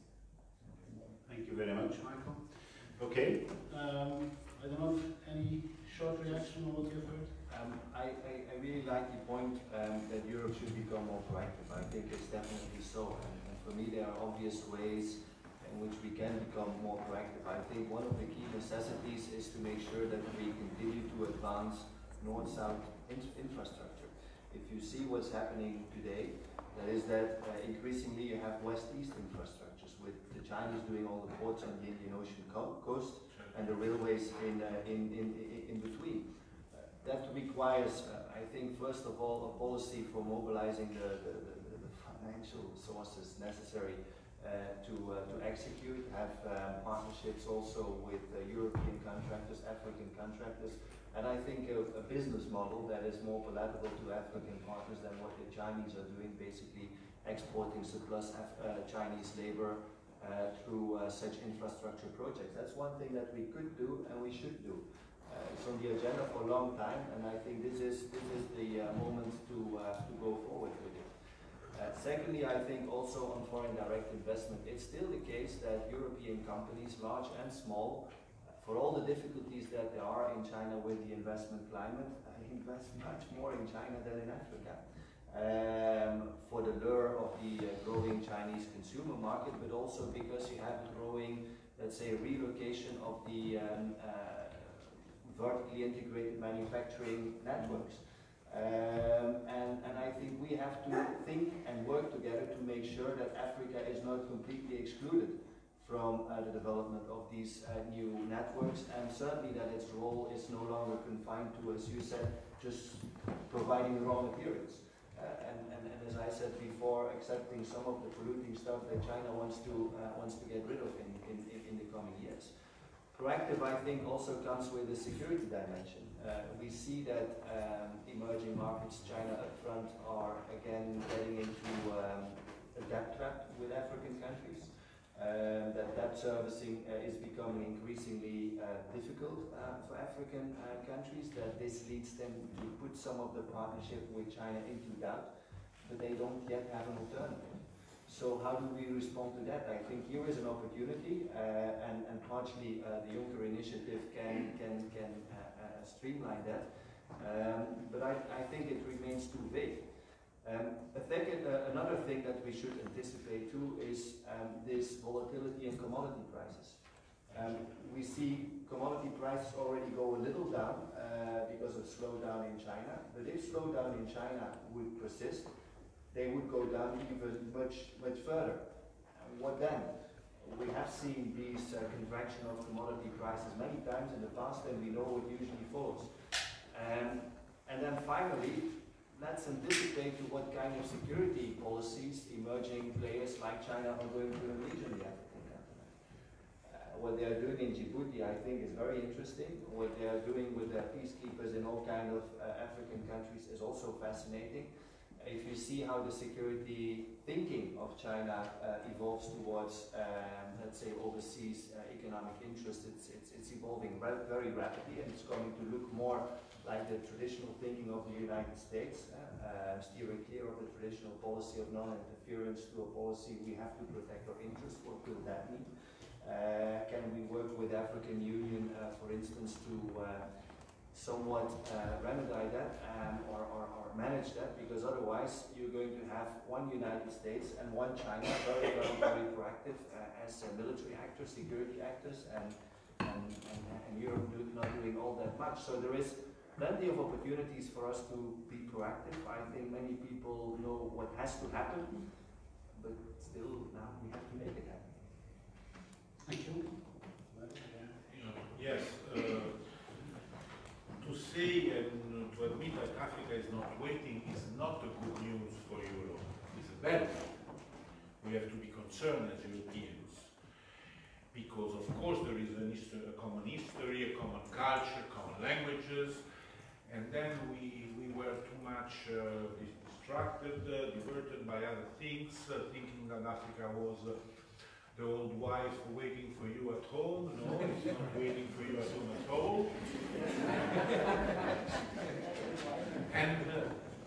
And now we have a problem. And now we Europeans, we have a problem. Because other lovers have come in, of course, in a global competition. We have a problem and we have to understand. Also because the two real playgrounds of the globalization are Europe and Africa. The big powers, China, US, Russia, are fighting among them in all the ways, etc., in Europe and for Europe, and in Africa and for Africa. And we have a common interest in such a perspective. But, and also I want to add that to say that Africa is not waiting is not only a good news, I was saying, but is also a responsibility for Europe. Because if we deal with Africa as a normal continent, as a partner, as all the others, no special relation, because special is so ambiguous. We are also in right to criticize, for example. I was quoting the question of migrants. A lot of migrants have drawn and are drawn in the Mediterranean Sea and lost their lives at sea, also in the desert. We Italians have saw a lot of leaders, European leaders, German chancellors, British prime ministers coming to Lampedusa to throw flowers in the sea to commemorate that people that died at sea. It's a little bit hypocrite, okay? But no one African leaders made this trip. No one. They don't value the lives of their own people. That's the problem. That's the point. The only moment in which I received personally some request, it was some days before the last African Union, European Union meeting, summit in Abidjan. Why? Because CNN, just in those days, 2 days before the summit, released that images that remember of slaves sold out in an old way, and that is very painful for Africans because slave trade is still alive as a pain, as a wound. And then they protested, and they protested also against their own leaders that were not protecting the lives of their citizens. That's the point. That's the point. We have to say the truth, one and the others, because everybody has its own part of responsibility. So being more proactive does not mean to keep silent on these issues, if I get you well. Thank you very much. I understand that Africa is not the old lady waiting at home. Maybe it's more Europe, the old lady. But no, as Francis says, the grandmother. Okay, I'll give the floor to you if you have any question or insights to share. Yes, please.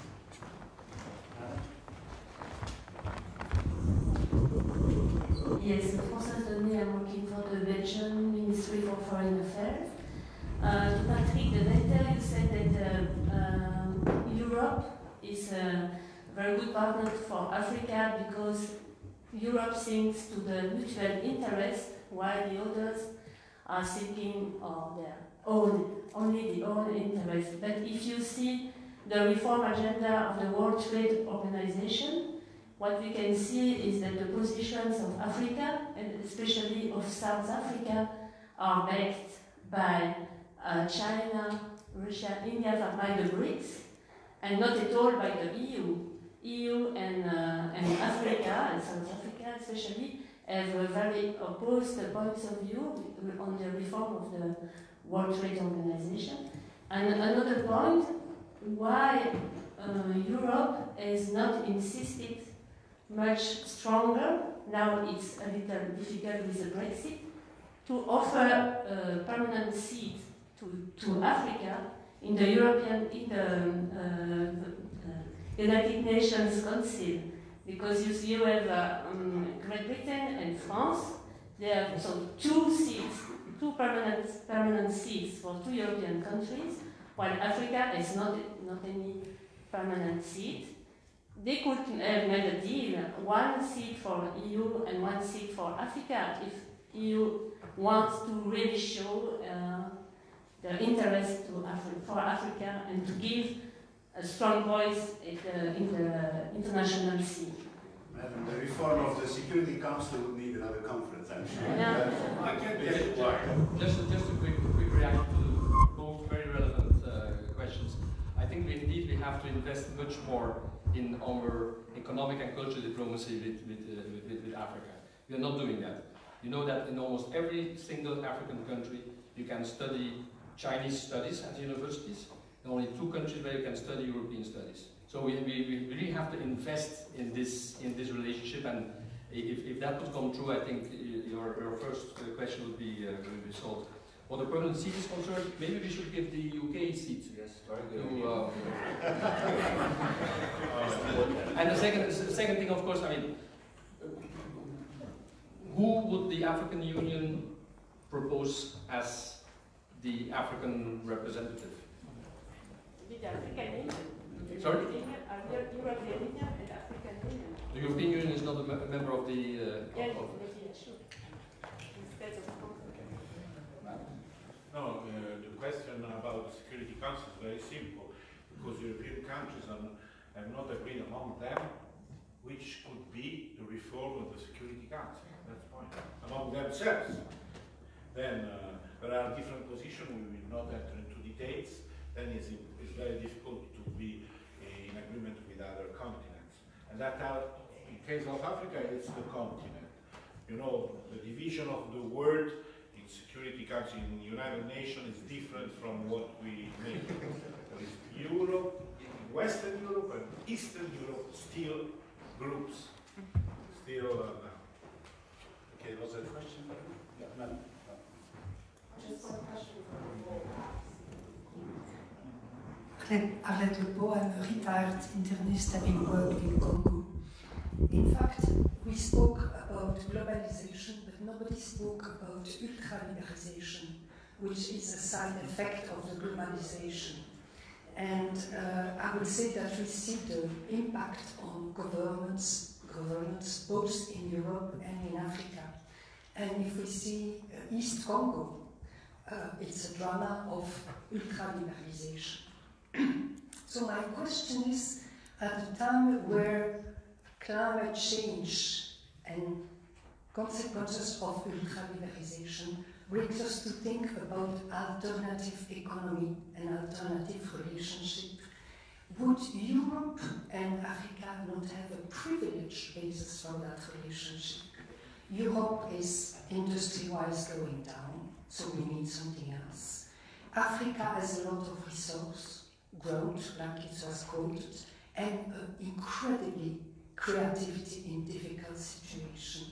So my point is, would we not go from more economic, old-fashioned relationship to a real partnership in new alternative approach? Thank you, Madam. We will take other questions because we are going to the end of our panel. So, yes, please. This is Rashad Jalali from European Council on Refugees and Exiles. Thank you very much for your comprehensive presentation. I would like to really ask about, as we all know, the EU is negotiating on EU ACP on post-Cotonou agreement.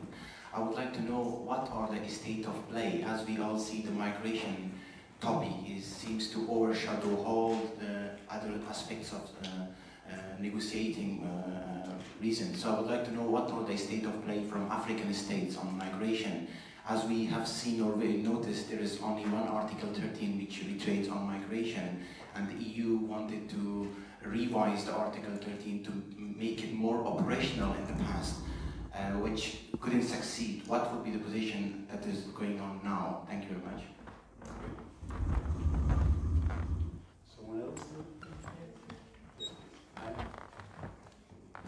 Thank you. My name is Eunice from Uganda Embassy in Brussels. I just have two comments.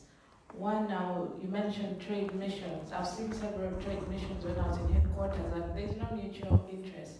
It's strictly a company coming to look for business in Africa. So imagine the comparison of how much profit they expect in euros, and then when they get the same profit in Africa. Then secondly, migration. I also have painfully attended some talks in the parliament, which is good, but I ended up in the anti-migration talks. But one thing I noticed is people are forgetting what is migration. Someone leaving your home country to go to the next.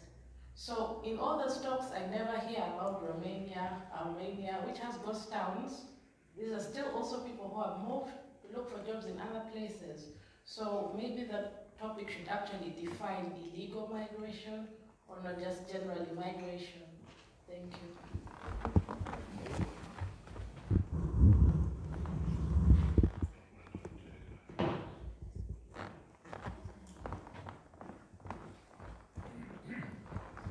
I'm Frederick Van Leeuw. I'm a federal prosecutor. Just a very naive question because, first of all, I was very glad about this very technical discussion, but it's also technical. And my question is, don't we need maybe a new narrative to our population, because it's all about feeling, also to have the support of the European population to that kind of speech, that kind of challenges, because I don't think that a lot of Belgian, of European citizens are aware about that kind of challenge, and I think it's the same also for the African citizens. Thank you. Thank you very much. Okay, I will give now the floor to the panelists for the last statement, and they can answer maybe on things that have been said now. I just want to make one, maybe falling out of my role of moderator for a moment, if you allow me. Some of you know my passion about Africa, and especially about Nigeria. And I'm struck if Mario says that Africa is not waiting for Europe. I think this is really true. When I see a country like Nigeria, and I read the European press, and I've been following it for over 10 years, I only see negative statements. We think Nigeria, we think 500 million people in the next 30 years, we think corruption, we think Boko Haram, we think violence, we think clashes. And it's all true. It's all true. But when I go there, I see also a thriving country with a dynamic young population, going in every direction, that's true, but also very effective. And for instance, this diaspora, we are trying to keep them out as much as we can. But I see how this diaspora is effective between Atlanta and the United States, between some Chinese cities. They're everywhere. And those diasporas, Igbo ones, they are very effective. I mean, and we keep ourselves out of fear of this, but I think that we are losing touch with this kind of things that are happening. That's my personal statement. Sorry for going out of the role of moderator. I should not do that. Sorry, Geert, but you did it also. So. Okay, so please, final statements of our panelists, and then we go to the reception. I invite you to stay at this reception because Dimitri has been very abundant in our reception, so please stay. If not, so please, we will start with, yes, same madam. No, let's go the other way around. You will have the final statement. Joey? Well, perhaps starting with the comment that you made, there is in general a lot of European support for a strong common European policy, foreign policy in general, and also European migration policy. It's not that European citizens are against it. Of course, with foreign policy, as it is true for the European Union and as it is true for all other policies, it's difficult to explain what you're doing diplomatically, given the fact that news media don't always pay attention. The critical question, I think, to some degree goes back to what the lady in the back suggested, and that is, can we together propose a development narrative, a development model that creates opportunities for both of us? Because let's face it, in this regard, we're in the same boat. I think in the next few decades for Europe as well, it's going to be a tremendous challenge to make sure that productivity gains, technology progress is going to be bent also into employment, into dignity for people both at work and who have difficulties joining the labor force. But it's not easy because, for example, if we think of elevating the economic playing field in Europe, making our economy more sustainable, more social, which means more demanding standards, then often developing countries says, yeah, but that's protectionism. If, for instance, we have a discussion about circular economy, so trying to keep raw materials in use in our own economy, then I at least experienced several times developing countries stating, yeah, but what is that going to mean for the commodity market? So the necessity for this new development narrative is huge, but to develop it practically together, for me, it's not going to be easy, but we have to give it a try because we owe it to our own people, and I think we owe it to the fact that if we do not develop in lockstep in the coming decades, Africa and Europe, that things are not looking very bright. Thank you. Yes, maybe a final thing is that when we say we have to make the shift from one paradigm to another paradigm, from a vertical to a more horizontal relationship with our twin continent, it's also about a whole of agency approach and a whole of society approach. In the past, it was the Ministry of Development Cooperation that was in charge of transferring whatever we had to the south. Now, in this horizontal relationship, it's also about external relations, it's about trade, it's about education, about social affairs, you name it. And this is why you have to have a whole of government approach, in our case, in the Commission, a whole of agency approach. And for the first time we do it. We have meetings since Juncker came with his plan. We now have meetings under the leadership of DEFCO and the leadership of AAS with all the different DGs to reflect on what is my contribution, what could be my contribution to this alliance. But it's also about the whole of society approach. As Jan has said, I'm also a little bit of an academic. I think maybe 5% of our colleagues have shown any interest in doing something with their colleagues in Africa. What about the 95%? How can we motivate the other ones? So I think one of the major challenges that we have is how can we get people to run the extra mile and do something with the colleagues on the other side of the in the other continent, and vice versa. Also for Africa, investing in Europe, universities from Africa investing in Europe, exchanging students, etc., etc. Whole of agency, whole of society. Thank you. I want to pick up on a question that was asked again by the lady at the back about telling our story. It's being told, whether it's had on this side, that's a story for another day. But rest assured that more and more the kind of stories that we want to hear for ourselves in Africa is already being told. whether or not it's hard and whether or not it informs policy now, that's the job of Europe as well. Meet us halfway. We're saying that the solutions are there. We're saying that the effort can be done together. Whether that's hard in a meaningful way, that's something different. But crucially, the role of that message is to continue to uplift people in our societies. I'm talking about Africa.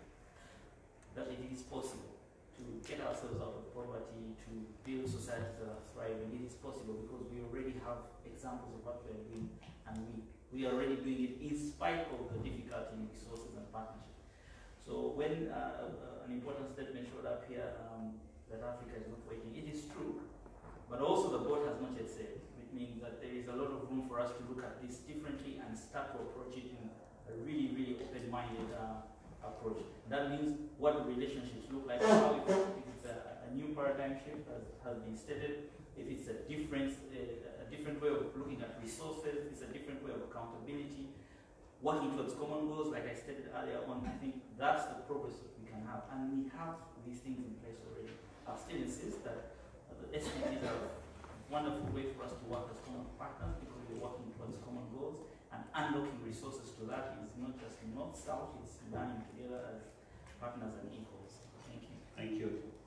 Mario, any statement? Yes, to try to create a new narrative on development and relations between Africa and Europe, I think that Europe, and particularly the Commission in that case, has to focus mainly, as I was saying before, on educational and health systems. We need, of course, highly educated and healthy people in order to develop. Because if you don't have those, then we have to rehabilitate what was destroyed and also to create new opportunities for students, because and it has not to be a second-hand educational or healthy system. It was the case, for example, with HIV/AIDS for years, for decades, and it is a scandal, I think. The level of excellency has to be the same. Second, to be practical, I think that we have to focus on the small and medium enterprises, European small and medium enterprises, and transfer of technology and know-how.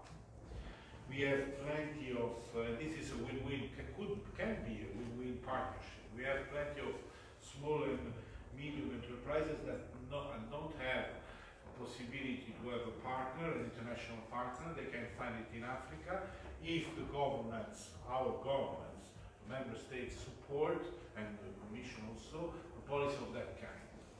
Of course, we need big programs like external investment plan for the big infrastructure. What Jonathan was saying with the north-south infrastructure is completely right, but we need also to create the humus of entrepreneurship in Africa. And that's something that is possible to do, and is win-win. It's also in our selfish interest, I may say.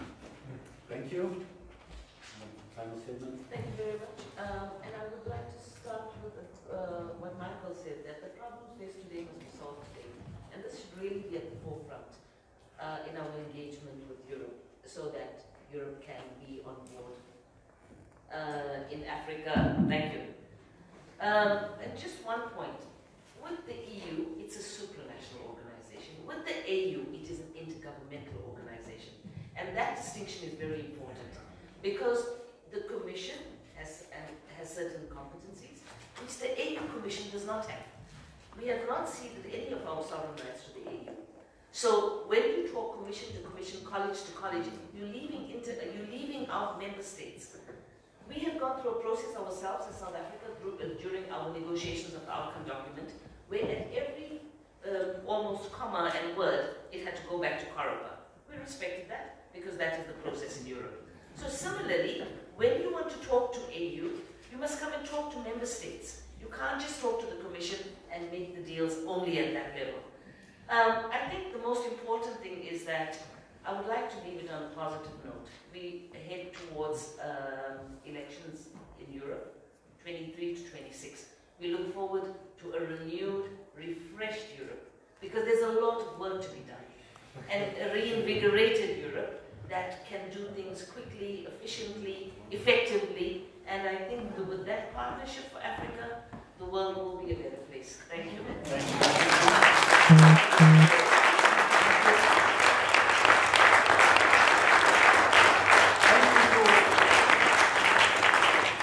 Thank you to all of our panelists. We have a small gift for each one of you. I hope they will come out now. And you were also a wonderful public. Thank you very much. Very attentive, very patient. And please come to the reception in the basement. Go down just the stairs here and you will find the reception. Don't walk away. If not, anybody has to eat everything himself. So,